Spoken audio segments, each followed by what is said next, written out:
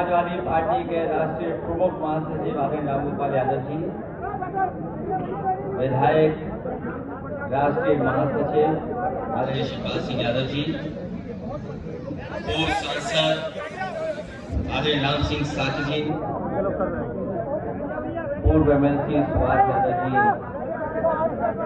और पार्टी के हमारे सभी समाजवादी पार्टी के संगठन के नेता अशोक यादव जी से लेकर के यहाँ पर उपस्थित सभी हमारे बुजुर्ग नौजवान साथी और दूर दूर से चल करके आए सभी हमारे समाजवादी साथी पत्रकार बंधुओं, मैं सबसे पहले आप सबको होली के त्योहार की बहुत बहुत शुभकामनाएं और बधाई देना चाहता हूँ। ये त्योहार जहां रंगों को लेकर के आया है, खुशी मनाने का हमें और सबको मौका दे रहा है, वहीं मिठाई और गले मिलने का जो मौका दे रहा है हमें त्योहार, वहीं आज त्योहार के दिन हम लोग संकल्प लें और ये त्योहार हमें प्रेरणा भी देते हैं और याद दिलाते हैं कि हम सबको मिलकर के लगातार अन्याय के खिलाफ, बुराई के खिलाफ लड़ते रहना है। मुझे उम्मीद है कि जो आने वाला चुनाव होने जा रहा है 2024 का, ये केवल 2024 का चुनाव नहीं है, बल्कि हमारे देश के भविष्य का भी चुनाव है और देश के भविष्य के साथ साथ हमारी आने वाली पीढ़ी के भविष्य का भी चुनाव होने जा रहा है। इसीलिए मैंने कई मौकों पर कहा कि जिस तरीके से समुद्र मंथन हुआ था, समुद्र मंथन जिस तरीके से हुआ था, उसी तरीके से इस बार संविधान मंथन होने जा रहा है। और इस संविधान मंथन में एक तरफ तो वो लोग हैं जो संविधान को बचाना चाहते हैं, संविधान को सुरक्षित रखना चाहते हैं, और दूसरी तरफ वो ताकतें हैं जो संविधान को खत्म कर करके संविधान के भक्षक बन करके आए। इसलिए ये चुनाव जहां भविष्य का है, वहीं संविधान बचाने का भी चुनाव है। संविधान बचेगा तो लोकतंत्र बचेगा। बीजेपी हटेगी तो हमारा संविधान और लोकतंत्र दोनों बचने का काम होगा। इसलिए 24 का केवल चुनाव लोकसभा का नहीं है, बल्कि हमारे आपके भविष्य का भी चुनाव है। अभी आपको हमने तेजेंद्र बिग साहब को सुना। ये तेजेंद्र बिग जी वही हैं जो बार बार बच गए, जिनकी जान लेनी होती। हमने देखा था लखीमपुर में किस तरीके से सरकार ने किसानों के आंदोलन को कुचलने का प्रयास किया था। उस आंदोलन का नेतृत्व जहां किसान नेता कर रहे थे, वहीं तेजेंद्र बिग भी थे। वो अगर तस्वीर देखोगे तो आपको याद होगा, यही किसानों का आंदोलन उसका नेतृत्व कर रहे थे। और जिसे भारतीय जनता पार्टी ने टिकट दिया, उन्हीं पे आरोप है, उन्हीं के बेटे ने लेकर के गाड़ी चढ़ाने का काम किया था, जिसमें कई लोगों की जान गई। सबसे पहले थार इन्हीं से टकराई थी। भगवान की कृपा है कि इनकी जान बच गई, लेकिन बहुत सारे इनके साथी नहीं बचे। और याद होगा आपको, दिल्ली में जब किसानों ने आंदोलन किया 2022 के चुनाव से पहले, लगभग 1000 किसान शहीद हो गया, इसकी जान चली गई, लेकिन सरकार अभी भी एमएसपी स्वीकार नहीं कर रही। ये केवल एमएसपी नहीं है, एमएसपी के साथ साथ हमारे किसानों का ये सम्मान भी है, जो एमएसपी के माध्यम से हम सब लोग मिलकर के दिलाना चाहते हैं। एमएसपी कोई कीमत नहीं है, किसानों के मान सम्मान दिलाने का काम, उनकी मेहनत, उसका परिश्रम, उसके लिए सम्मान देने का काम है। जहाँ हम लोग होली का त्योहार मना रहे हैं, ये बहुरंगी और रंगों का त्योहार कई लोगों को रंग नहीं पसंद है, उन्हें केवल एक रंग पसंद है। लेकिन हमारा लोकतंत्र तब मजबूत होगा जब बहुरंगी होगा। बहुरंगी लोग अलग अलग विचारधारा, अलग अलग सोच के लोग हैं। इसलिए ये चुनाव हमारे आपके लिए परीक्षा का तो है ही है, लेकिन भविष्य का चुनाव हमारे आप इसलिए भी जरूरी है क्योंकि नेताजी ने जिस विचारधारा को हमें और आपको दिया है, जिस ऊंचाई तक नेताजी विचारधारा को लेके गए हैं, हमारी सभी समाजवादियों की जिम्मेदारी बनती है इस विचारधारा को और ऊंचाई तक हम लोग पहुंचाने का काम करें। हम लोग 34, 35, 36% तक पहुंच गए वोट पाने में, लेकिन अगर आपका प्रयास और मेहनत और हो जाएगी तो हम लोग बीजेपी का भी मुकाबला कर ले जाएंगे। क्योंकि बीजेपी जिस तैयारी के साथ है, बीजेपी जिस तैयारी के साथ है, वो पढ़ने वाला वोट 51% पाना चाहती है। बीजेपी जो तैयारी कर रही है वो पढ़ने वाला वोट 51% से ज्यादा पाना चाहती है। इससे हमारे कार्यकर्ता और बूथ और जमीन पे जो साथी हैं, उनकी जिम्मेदारी बनती है कि अपना बूथ जिताएं, अपने बूथ को बचाएं और वोट डालने से लेकर के वोट पड़वाने तक हमें सावधान रहना पड़ेगा। क्योंकि अगर हम सावधान नहीं रहे तो इस बार लोकतंत्र नहीं बचेगा। हमें आपको जो अधिकार मिले सब छीन लिए जाएंगे। ये धीरे धीरे पता लगेगा कि अधिकार कैसे छीने गए। ये नौजवान तो महसूस कर रहे होंगे, इनके हाथ में न रोजगार है न नौकरी है, और इस सरकार में कोई परीक्षा नहीं बची जो लीक न हुई हो। हर पेपर लीक हुआ और एक परीक्षा लीक नहीं हुई। एक नहीं लीक हुई, न 2, न 3, न 4, न 5 परीक्षाएं, न 6, न 7 परीक्षाएं, 8 और 9, 10 तक परीक्षाएं लीक हुई हैं। और ये परीक्षा अपने आप लीक हो रही, पेपर अपने आप लीक नहीं हो रहे। ये सरकार जानबूझ करके पेपर लीक करा रही है जिससे नौजवानों को नौकरी न देनी पड़ जाए। और केवल सवाल नौकरी का नहीं है, नौकरी के साथ साथ अगर नौकरी देंगे तो आरक्षण भी देना पड़ेगा। इसलिए जानबूझ करके ये पेपर लीक कर रहे हैं। हमने इन लोगों को गणित बताया, जो नौजवान नाराज है पेपर लीक से और नौकरी न पाने से, तो अगर हम उनकी गिनती कर लें तो 60 लाख है। आपने हमने अखबारों में पढ़ा होगा, गन्नौज का एक नौजवान ब्रजेश पाल, जब से नौकरी नहीं मिली तो उसने अपनी डिग्री जला दी। उसने डिग्री जलाते हुए पत्र में लिखा कि जो डिग्री हमें नौकरी नहीं दिला सकती उस डिग्री का क्या हम करें। उसने डिग्री जला करके आत्महत्या कर ली। परीक्षा कैंसिल हुई, आपको याद होगा, फिरोजाबाद से एक बेटी ने आत्महत्या कर ली। शिक्षा मित्र यहाँ अगर होंगे वो जानते होंगे, गांव में उनके लगभग 5000 शिक्षा मित्र आत्महत्या कर चुके हैं।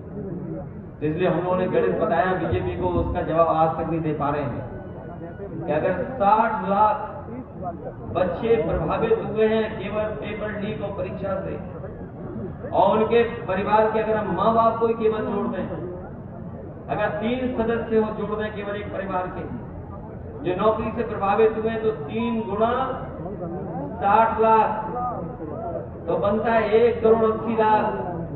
और 1 करोड़ 80 लाख अगर हम भाग दे दें 80 लोकसभा से, तो 2,25,000 वोट इनका कम हो रहा है हर लोकसभा में। इसका जवाब अगर भारतीय जनता पार्टी के पास हो तो बता दें, कोई अगर जवाब हो इसका तो बता दें। और जो चरम सीमा पर महंगाई है और जो चरम सीमा पर अन्याय हो रहा है, जो लोग आंकड़े जानते होंगे आंकड़े जानकारी कर लेना। जब से बीजेपी की सरकार आई है, एनसीआरबी के आंकड़े कहते हैं कि बीजेपी के 10 साल के कार्यकाल में 1 लाख किसानों ने आत्महत्या की है। 1 लाख किसान जिस देश के आत्महत्या कर रहे हो, तो बताओ वो देश कैसे विकसित भारत बनेगा? हमारे प्रधानों से अगर पैसा न वसूला होता तो इनकी विकसित यात्रा भी न हो पाती। ये प्रधानों से पैसा वसूल करके विकसित यात्रा की इन्होंने। तो 1 लाख किसान अगर आत्महत्या कर ले, नौजवान को नौकरी न हो, उद्योग कारखाने न लग पा रहे हों, और कितना बड़ा सपना दिखाया बड़े बड़े उद्योगपतियों को बुला करके कि यहाँ कारखाने लगेंगे, उद्योग लगेंगे। अगर एक भी उद्योग कारखाना लगाओ तो बता दो। हमें सूचना मिलती है कई बार कि ये लोग एक्सप्रेस वे के किनारे कभी कभी नाप लेते हैं जगह कि कारखाना आने वाला है। इनकी सरकार में कारखाने उत्तर प्रदेश से वैसे ही भाग गए जैसे एक्सप्रेस वे पे रफ्तार से गाड़ी चली जाती है। और सच्चाई ये है, जो कारखाने उत्तर प्रदेश को लगने थे वो उत्तर प्रदेश में नहीं लगे, गुजरात में जाकर के लग गए। अभी बजट में मैंने जब सुना भारतीय जनता पार्टी का भाषण, तो उन्होंने कहा कि हम सेमीकंडक्टर की कारखाना लगाना चाहते हैं। सेमीकंडक्टर, और दुनिया का बड़ा कारखाना लगाना चाहते हैं। वो कारखाना आपके यहाँ नहीं लगा, वो जाकर के गुजरात में लग गया। इसलिए सब कुछ वहीं जा रहा है। और इलेक्टोरल बॉन्ड्स बताओ कहां गए सबसे ज्यादा? ये चंदा नहीं है, चंदा तो अपने आप खुश होकर लोग देते हैं। लोग आपका सहयोग करते हैं उसको चंदा बोलते हैं, लोग आपकी मदद करते हैं उसे चंदा बोलते हैं। लेकिन ईडी, सीबीआई और इनकम टैक्स से जो वसूला जाता है वो चंदा कभी नहीं हो सकता, वो वसूली है। और बताओ सबसे ज्यादा वसूली किसने की? इलेक्टोरल बॉन्ड्स जो आए, जो बने, वो सबसे ज्यादा किसके पास पहुंच गई? बीजेपी। और जब से इलेक्टोरल बॉन्ड से जो उनका बाजा बजा है, बैंड बजा है, उसके बाद तो वो ध्यान हटाने के लिए कार्रवाई कर रहे हैं। कभी कोई सोच सकता है एक ही व्यक्ति एक को पैसा दे तो वो कह रहे हैं कि काला धन है, और वही कंपनी बीजेपी को अगर पैसा दे तो वो चंदा। ये पता है, कोई नहीं पता है कि एक ही कंपनी जिसने पैसा दिया तो उसको तो दूसरी तरीके से फंसा रहे हैं, और एक अगर कागज में दे दे पैसा तो वो लीगल है, वो बेईमानी नहीं है। एक पे आरोप लग रहा कुछ करोड़ का, और उसी कंपनी ने 30 करोड़ से ज्यादा पैसा भारतीय जनता पार्टी को पहुंचाया इलेक्टोरल बॉन्ड। ये तो बात सब जानते हैं, पाकिस्तान की भी कंपनी थी, ये सब जानते हैं, कहीं छुपा नहीं है। अब तो ताज्जुब कर गया, जो अपने आप को गरीब बोलते थे उन्हें 1000 करोड़ रुपए दे दिया बीजेपी को। जब कभी मुलाकात होती थी उनसे तो हम लोग कहते थे कि भाई कुछ मदद करो पार्टी की, तो कहते थे घाटे में हैं हम। लेकिन हम धन्यवाद देते हैं सुप्रीम कोर्ट को, इलेक्शन डिवीजन की, उनकी भी पोल खोल दी कि वो घाटे वाले नहीं, वो 1000 करोड़ से ज्यादा रुपए बीजेपी को देने वाले हैं। सोचिए, इसलिए छिपाने के लिए सब कार्रवाई हो रही है, और छिपाने के लिए कुछ भी कर सकती है भारतीय जनता पार्टी। इसलिए सावधान रहना। और ये जाने वाला चुनाव है, भारतीय जनता पार्टी के विदाई का समय है, होली का त्योहार, और उत्तर प्रदेश में जिस तरीके से लोग स्वागत करते हैं, बीजेपी का 2014 में स्वागत भी अच्छा किया था यहाँ की जनता ने, और हमें पूरा भरोसा है कि 24 में विदाई भी शानदार होगी। ऐसी विदाई होगी कि याद रखेंगे। और हमारी आपकी सबसे बड़ी जिम्मेदारी है समाजवादियों की, क्योंकि उत्तर प्रदेश से हटेंगे कि देश से हटेंगे। उत्तर प्रदेश से ही आए थे, उत्तर प्रदेश से ही भेजने का काम करेंगे।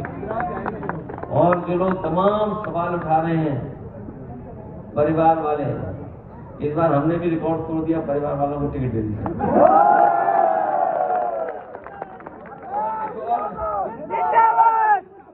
रिकॉर्ड इसलिए भी तोड़ दिया कि बीजेपी वाले न जाने क्या क्या कहते हैं।